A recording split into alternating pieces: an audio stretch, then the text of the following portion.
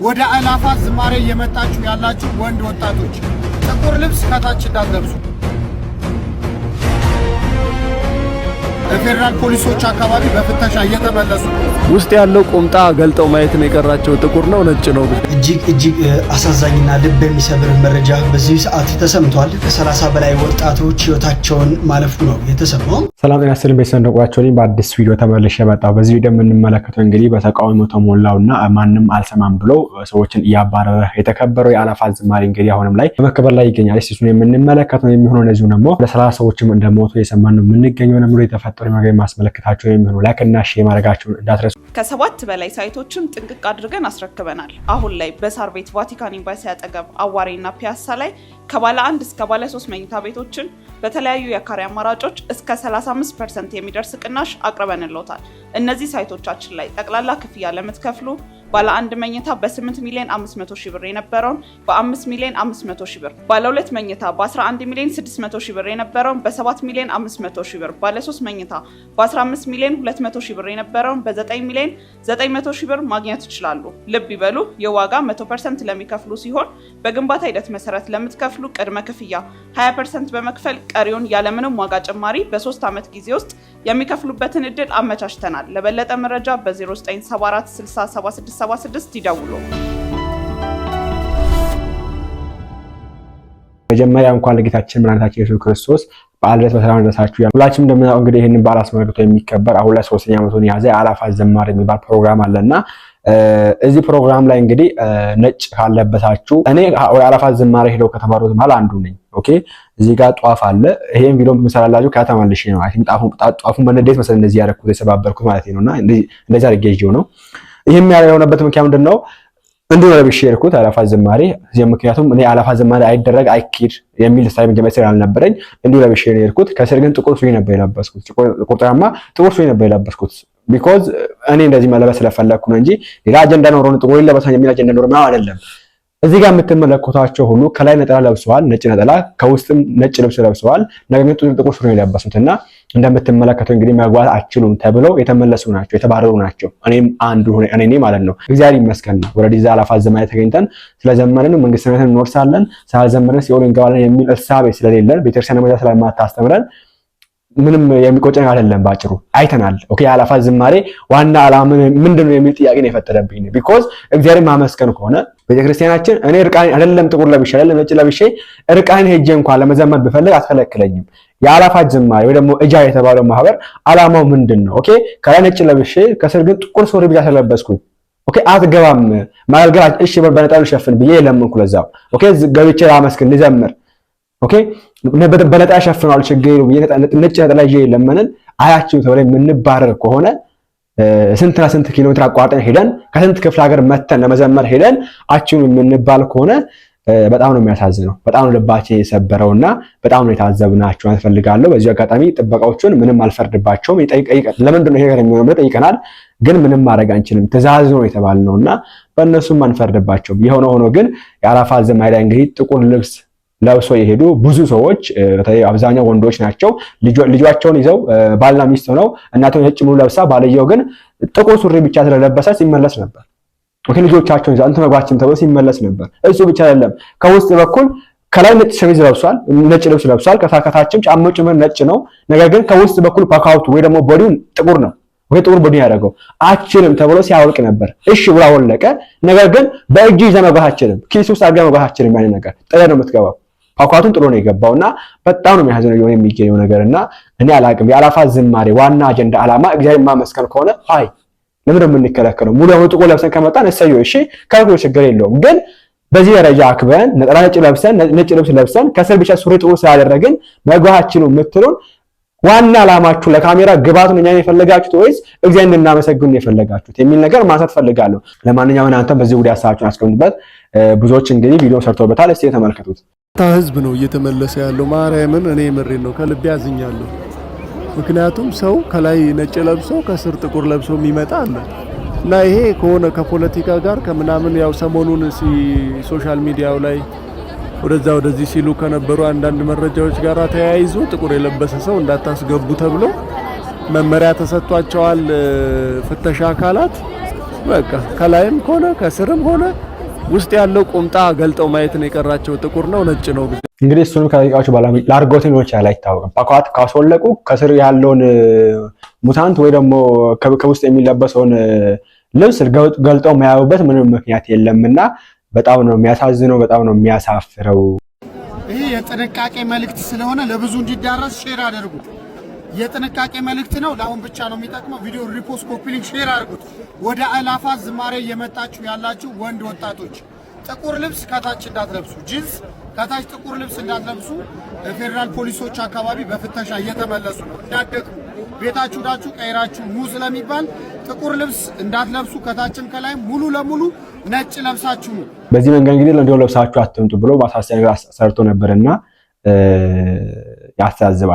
ያስተሳዝባል። ለማንኛውም ቀጣይ እንግዲህ የምንመለከተው ወደ 30 ሰዎች በአረፋት ዝማሬ እንግዲህ በጣም ብዙ ተቃውሞ እኔ ራሴ የከለከለ የሚገኝ አንድ ነገር አለ። እሱ ምንድነው?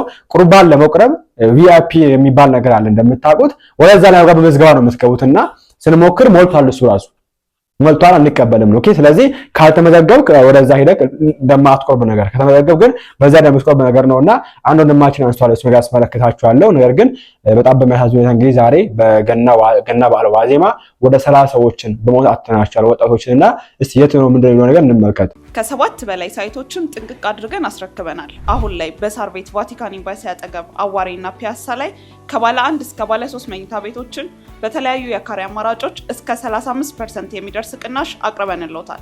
እነዚህ ሳይቶቻችን ላይ ጠቅላላ ክፍያ ለምትከፍሉ ባለ 1 መኝታ በ8 ሚሊዮን 500 ሺህ ብር የነበረውን በ5 ሚሊዮን 500 ሺህ ብር፣ ባለ 2 መኝታ በ11 ሚሊዮን 600 ሺህ ብር የነበረውን በ7 ሚሊዮን 500 ሺህ ብር፣ ባለ 3 መኝታ በ15 ሚሊዮን 200 ሺህ ብር የነበረውን በ9 ሚሊዮን 900 ሺህ ብር ማግኘት ይችላሉ። ልብ ይበሉ፣ የዋጋ 100% ለሚከፍሉ ሲሆን በግንባታ ሂደት መሰረት ለምትከፍሉ ቅድመ ክፍያ 20% በመክፈል ቀሪውን ያለምንም ዋጋ ጭማሪ በ3 ዓመት ጊዜ ውስጥ የሚከፍሉበትን እድል አመቻችተናል። ለበለጠ መረጃ በ0974 607676 ይደውሉ።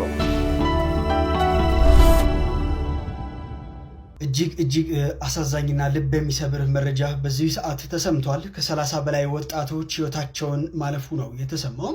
ሁላችሁም ነፍስ ይማር በሉ። ከድንገተኛ አደጋ እንግዲህ ፈጣሪ ይጠብቃችሁ። በዛሬው ዕለት ከጠዋቱ 11 ሰዓት ላይ በተሳቢ መኪና ቁጥራቸው ወደ 100 የሚጠጉ ህይወታችንን እንቀይራለን በማለት ልጅነታቸውን ትተው ለራሳቸው ብሎም ደግሞ ለቤተሰባቸው የተሻለ ነገን ፍለጋ በማለት በህገወጥ መንገድም ወደ ሳውዲ አረቢያ በመጓዝ ላይ እያሉ ሰመራ እየተገነባ ካለው አዲሱ አደባባይ ላይ ወድቀው ከ30 በላይ እንግዲህ የነገ ተስፋ ወጣቶች መቀጠፋቸው ተሰምቷል። ቀሪዎቹ ደግሞ ወደ ዱቢቲ ሆስፒታል ለሕክምና መወሰዳቸው ዘመን ተሻጋሪው ከስፍራው መረጃው አጋርቷል። ለሟቾች ነፍስ ይማር፣ እንዲሁም ደግሞ ለቤተሰቦች መጽናናትን ይስጥ። በጣም ነው የሚያሳዝነው። እንግዲህ ነፍሳቸውን እግዚአብሔር አምላካችን ይቀበል፣ ነፍሳቸውን ይማር ማለት ፈልጋለሁ። ያው ሰው እንግዲህ ወዳለ ለሚሰደደው ወዳለ ራሱ የሚያጠፋው ነው። በተለያዩ ኬዞች ነው በሀገር ጉዳይ ቤተሰቦቹ ጉዳይ በራሱን ችግር ራሱን ይጎዳልና በዚህ መንገድ እንግዲህ ነፍሳቸውን ሲያጡ በጣም የሚያሳዝን ነገር ነው። እግዚአብሔር አምላካችን ነፍሳቸውን ይቀበል ማለት ፈልጋለሁ። በገና ዋዜማ ሆኖ ደግሞ ትንሽ ያሳዝናል በጣምና ለማንኛውም እስቲ ወንድማችን ስሙት። እኔ አንድ ነገር ልጠይቃችሁ፣ ይሄንን ግን እቃወመዋለሁ በአደባባይ። በልደት ዋዜማ ቅዱስ ቁርባን ለሚቀበሉ ምዕመናን የመመዝገቢያ ቅጽ ነገ 6 ሰዓት ላይ በጃንደረባው ሶሻል ሚዲያ ላይ ይለቀቃል። በመሆኑም ራሳችሁ በንስሐ ያዘጋጃችሁ ሊንኩን በመጠቀም መመዝገብ ትችላላችሁ። የሚቆርብ አያዋሽም፣ የሚዋሽ አይቆርብም። እና አላፋት ዝማሬ ለመዘመር ቁርባን ለመቁረብ ምዝገባ ስርዓት ተጀመረ። እኔ አንድ ሰው የጻፈውን ጽሑፍ ላንብብላችሁ። የኔን ሐሳብ አይደለም፣ በጣም ስለተስማማ ላጋራችሁ። እናንተ በዚህ ሐሳብ የራሳችሁን አስተያየትና ኮሜንት መስጠት ትችላላችሁ። እኔ ሐሳቡን ብቻ ነው ማጋራችሁ። ሁሉ ነገር በስርዓት ይሁን ይላል ወንጌሉ። ይህ ደግሞ ለሄኖክ መንገድ ቀባሪ እንደማርዳት ይሆንብኛልና ወደ ጉዳይ ልግባ አለ። ቀጥታ ለሄኖክ የጻፈው ይመስለኛል ሐሳቡ። እኔ ግን ሐሳቡን ላንብብላችሁ። በሚሊኒየም አዳራሽ ብሎ የተጀመረው ምዕመኑን ከቅድስት ቤተክርስቲያን የማራቅ ስራ በቦሌ መድኃኔዓለም አልፎ መስቀል አደባባይ ላይ ደርሷል። የምስጋና አይነት ይለያይ ይሆናል እንጂ እግዚአብሔር ሲመሰገን ማየት የማይወድና እግዚአብሔርን ማመስገን የሚጠላ ማንም የለም። ጥሩ። የኔም ሆነ እንደኔ ያሉ ሌሎች ምዕመናን ጥያቄ እግዚአብሔር ለምን በዝማሬ ተመሰገነ ብለን መቃወማችን ሳይሆን የኛ ጥያቄ ይላል። አንደኛ፣ መንግስት ያኔ የከለከለውን መስቀል አደባባይ ዛሬ እንዴት ፈቀደ? የመጀመሪያው ጥያቄ። ሁለተኛ፣ በጌታችን የኢየሱስ ክርስቶስ ልደት ዋዜማ ምዕመኑን ከአብያተ ክርስቲያናት ማራቅ ለምን አስፈለገ? ሶስተኛ፣ ለእግዚአብሔር የአምልኮ ምስጋና ለማቅረብ በቅዳሴ ከማህሌትና ከዘማር የሚበልጠው የቱ ነው? አራተኛ በቅድስት ቤተክርስቲያን የሌለ ልምምድና ስርዓት በመፍጠር አዲስ መጤና የጎዳና ላይ አምልኮችን ምዕመኑ ማለማመድ ለምን አስፈለገ?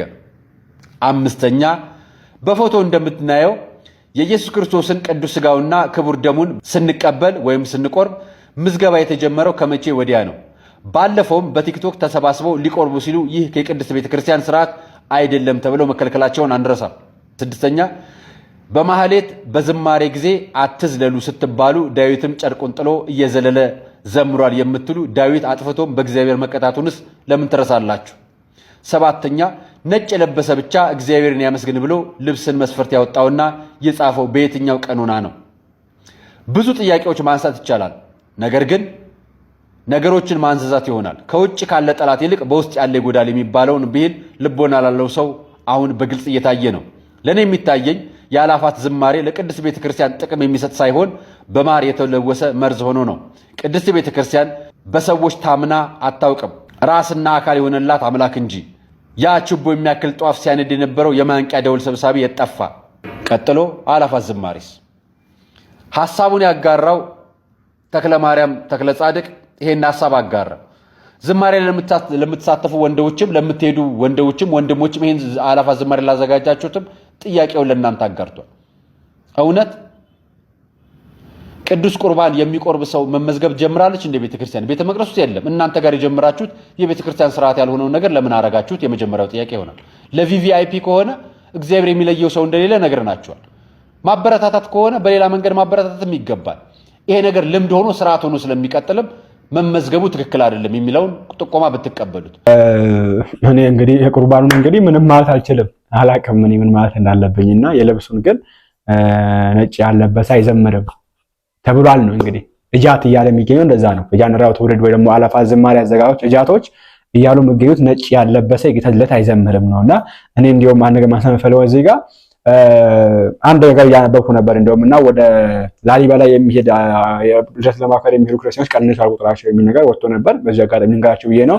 እሱ ብቻ አይደለም እንግዲህ ሊቃውንቱ ጥቁር ለብሰው ነው እዛ ጋር የሚያከብሩት። ቢመጡ አይገቡም ነበር፣ እያየሁ ነበር። ጠምጥመው ጥቁር ለብሰው አስገው ተወይ ሲመለሱ ያሉ አሉ። ኦኬ እዛው ጋር ጠምጥመዋል እኮ ከላይ ቆብ አድርገዋል እኮ ሻሻቸው ጠምጥመዋል እኮ ካባቸው ጥቁር የተለበሱ ብቻ አይገባም እየተባለ እስከ መመለስ ደርሰዋልና ለምን ይሆናል ይሁላ? ምን ያላቅም አላማው ምንድነው? እግዚአብሔር ማመስገኑ ከሆነ እግዚአብሔር ጥቁር ልበስ፣ ነጭ ልበስ፣ ፒንክ ልበስ፣ ቢጫ ልበስ አይልም። ከፈለክ እርቃንና እናመስግነው አንተ ነው የሚፈልገው እንጂ አንተ ከለበስከው ልብስ ጋራ ጉዳይ የለውም። እኛ ከለበስነው ልብስ ጋራ ጉዳይ ያለን እናንተ ናችሁ፣ ጉዳይ ያላችሁ እናንተ ናችሁ። ለካሜራ ግባት ስለምትፈልጉን ይመስለኛል እኔ እንግዲህ ኦኬ የፈለጋችሁ ለቪዲዮ ነው፣ ለካሜራ ለፎቶ ነው። ኦኬ ከተማን እንድናደምቅ ነው ወይስ ደግሞ እግዚአብሔር መተን እንድናመሰግን ነው? እግዚአብሔር መተን እንድናመሰግን ከሆነ ከልብሳችን ጋር ምን አላችሁ? ነጭ ልብስ አላችሁ። የትኛው ሰው አላፋት ዝማሬ ነጭ ነው የሚለብሰው? ቢኮዝ ነጠላ ስለሚለብስ ነጠላ ነጭ ጥሩ ነጠላ የለም። ይሄ ታወቀ ነገር ነው። ነጭ ለብሶ ነው የመጣው አብዛኛው ሰው። ግን ያንን ከስር ብቻ ሱሪ ለብሶ የመጣው ጫማው ጥቁር የሆነው ሰው ከውስጥ በኩል ፋኳት ቦዲ ከውስጥ በኩል ነጭ የለበሰ ጥቁር የለበሰ ሰው ቦዲ ያስወለቃችሁ። ይሄ እኔ በጣም ነው የሚያሳፍረው፣ በጣም ነው የሚያሳዝነው፣ በጣም ነው የሚያሳፍረው። እና ቤተክርስቲያን ምን ያክል አደጋ ውስጥ እንደምትገኝ የምንመለከት ጊዜ በኋላ ደግሞ እንዲያርጋችሁ አትገቡም እንደምትሉ ተስፋ እናደርጋለን። እንግዲህ ከዚህም በላይ ያለ ነገርም እንደምታመጡ እንጠብቃለን። ለማንኛውም እግዚአብሔር አምላካችን እንግዲህ ከእንደዚህ ክፉ አደጋ ይሰውረን ያስፈልጋል። ሐሳባችሁን አስቀምጡት። በጣም ስላዘንኩ ነው ልቤ ስለተነካ ምንም መናገር አልፈለኩም። ከዛም ነው እንግዲህ ጣፉንም እንደዚህ አድርጌ ይዤው እዛው ጋር እንትን ያደረኩት። በጣም ሶሪ በጣም እና ለማንኛውም ይሄ ነበር ዛሬ በአላፋት ዝማሬ የገጠመን አልፈልጋለሁ። እና ሲያባችን አበጋው ዮሐንስ ነው አጋጣሚ በስደት ያላችሁ በባህር ማዶ ያላችሁ በጭንቀት ውስጥም ያላችሁ የኢትዮጵያ ምዕመናን ልበቅኖቹ ሁላችሁንም ለጌታችን ለመድኃኒታችን ለኢየሱስ ክርስቶስ ታላቅ የደስታ በዓል እንኳን አደረሳችሁ፣ እንኳን አደረሳችሁ፣ እንኳን አደረሳችሁ። ዛሬ ታላቁ ደስታችን ነው። ንሰብክ ወልደ መድህነ እምዘራ ዳዊት ዘመጻ ወተወልደ በስጋ ሰብ። በዳዊት ሀገር በዳዊት ትንቢት በዳዊት ባህሪ ወደኛ የመጣ የሚያድን የአብ የባህሪ ልጁን ኢየሱስ ክርስቶስን እንሰብካለን። በእኛ ስጋ የተወለደ ኢየሱስ ክርስቶስን እንሰብካለን። እንዘ ይዐርቅ እመንበረ ስብሐቲሁ ከጌትነቱ ዙፋንና ስልጣን ሳይናወጽ በስጋ ማርያም ተገልጾ እኛን የጎበኘን ዘመዶቹ ላደረገን በስጋ ለተዛመደን ስጋችን ለለበሰ እንደኛ የተመላለሰ እንደኛ የተራበ የተጠማ ከኃጢአተኞች ጋር ተቆጥሮ ነውር ሳይኖርበት እኛን ወገኖቹ ሊያደርገን የመጣ ኢየሱስ ክርስቶስን እንሰብካለን። ትጉሃን ያምኑ ልደቶ ትጉሃን መላእክት ልደቱን በቤተልሔም ተገኝተው ያምናሉ፣ ያመሰግናሉ።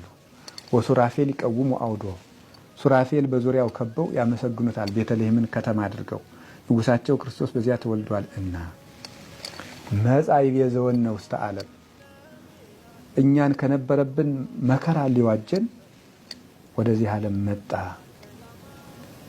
ርቃናችንን ሊያለብስ ርቃኑን ተወለደ። በለስ ያገለደምነውን አፍረት ሊያርቅልን በለስ ቅጠል እናቱ አለበሰችው፣ ጨርቅ ለበሰ። የሀበነ ሰላም ተጎድተን ለነበርነው ሁሉ ሰላምን ሊሰጠን ከመላእክት ጋር ሊጨምረን እሱ ተወለደ። ጋዳ ያበው ቁርባነ ስለዚህም በሱ ያመኑ ሁሉ ከመላእክት ጋር አንዱ ነው። ስብሐት ለእግዚአብሔር በሰማያት ወሰላም በምድር ስምረቱ ለሰብ እያሉ ምስጋናን እጅ መንሻ አድርገው ያቀርባሉ ይላል ቅዱስ ያሬድ። ተወልዶ ላዳነን ሰላሙን ለሰጠን ለመድኃኒታችን ለኢየሱስ ክርስቶስ ክብር ምስጋና ይግባው። በሁከት ያለችውን ኢትዮጵያን በመከራ ያለችውን ኢትዮጵያን በዓይነ ምሕረት ይመልከትልን። ከዚህ በኋላ በቃ ይበለን። ደም መፍሰሱን ያድርቅልን። ክህደቱን፣ መበላላቱን፣ መለያየቱን ወደ አንድነት ይመልስልን። ቤተ ክርስቲያኑን እሱ ባወቀ ወደ ፈቀደው መንገድ ይምራልን፣ ያስተካክልልን።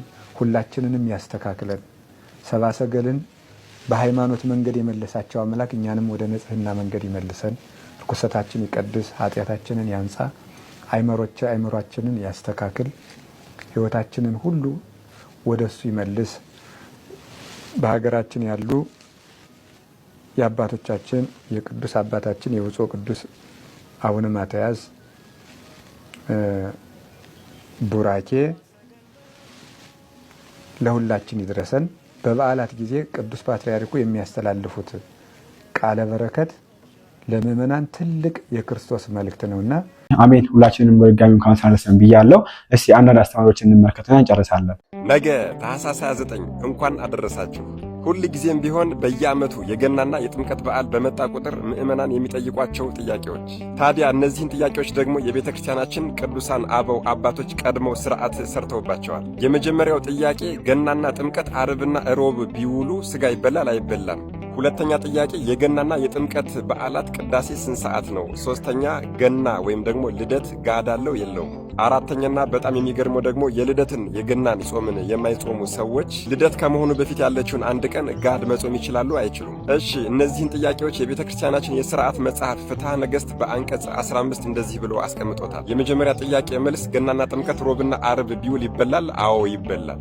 ፍትሐ ነገሥት አንቀጽ 15 ቁጥር 566 ዳግመኛም በየሳምንቱ ሮብ እና ዓርብን መጾም ይገባል ከበዓለ 50 ከልደትና ከጥምቀት በዓል በስተቀር አለ። ይቀጥልና ደግሞ እንደዚህ ይላል በአንቀጽ 15 ቁጥር 603 ላይ የዓርብና የሮብን ጾም ከበዓለ 50 ከልደትና ከጥምቀት በስተቀር ሁሌም ቢሆን ይጹሙ ይላል። ስለዚህ ከዚህ ትእዛዝ የምንረዳው ነገር ምንድነው? ሁሌም ቢሆን ገናም ሆነ ጥምቀት ዓርብ ወይም ደግሞ ረቡ ቢውሉ የፍስክ ምግብ ይበላል ማለት ነው፣ የደስታችን ቀን ስለሆነ። የሁለተኛው ጥያቄ መልስ የገናና የጥምቀት ቅዳሴ ስንት ሰዓት ነው የሚለው ነው። ፍትሐ ነገሥት አንቀጽ 15 ቁጥር 595 ስለ ልደትና ስለ ጥምቀት ግን በዚያ ዘመን በኒቂያ የተሰበሰቡ ሰለስቱ ምዕት ሊቃውንት አባቶች ቅዳሴው በሌሊት ይሁን ብለው አዝዘዋል ብሎ አስቀምጦታል። ሶስተኛ ጥያቄ ልደት ጋድ አለው የለውም ነው። ልደት ጋድ አለው። ፍትሐ ነገሥት በአንቀጽ 15 ቁጥር 566 ላይ ገናና ጥምቀት ሁለቱም የጋድ ጾም አላቸው ይላል። ይህንን በግልጽ ለማስረዳት በደንብ አዳምጡኝ። የገና ጾም በአጠቃላይ 44 ቀናት አሉት። ከህዳር 15 ጾሙ ከገባበት ቀን ጀምሮ እስከ ታኅሳስ 28 ድረስ በአጠቃላይ ቀኖቹ 44 ይሆናሉ። እሺ 40ው ቀን ጾመ ነቢያት በመባል ይታወቃል። ቀጥሎ ያለችው ደግሞ 3ቷ ቀን ደግሞ የአብሳሪ ጾም ትባላለች፣ ወይም ደግሞ ተራራ ያፈለሰው ቅዱሱ አባታችን የኤጲስቆጶሱ የአቡነ አብርሃም ሶርያዊ ጾም ትባላለች። እሺ 43 ቀን ሆነ አይደለ? የመጨረሻዋ አንደኛዋ ቀን ደግሞ ጾመ ገሃድ ትባላለች። በአጠቃላይ በድምሩ 44 ቀን ሆነ ማለት ነው። እንግዲህ ከዚህ የምንረዳው የገና ጋድ ለብቻው የተቀመጠ ሳይሆን ከጾሙ ጋር አብሮ ተያይዞ የተቀመጠ ነው ማለት ነው። የመጨረሻው ጥያቄ የገና ጾምን ያልጾሙ ሰዎች የመጨረሻዋን ቀን እንደ ገሃድ መጾም ይችላሉ ወይ ነው? አይቻልም። ለምን ለምትሉ በቤተ ክርስቲያናችን የሥርዓት መጽሐፍ ላልተጠመቁ፣ ለማይቆርቡ፣ ንስሐ ለማይገቡ፣ ለማያስቀድሱ፣ ለማይጠመቁ፣ ለማይጾሙ እንዲሁም ደግሞ ቤተ ክርስቲያን ለማይሄዱ ሰዎች እየተባለ የተሰራ የሰነፍ ሥርዓት የለም።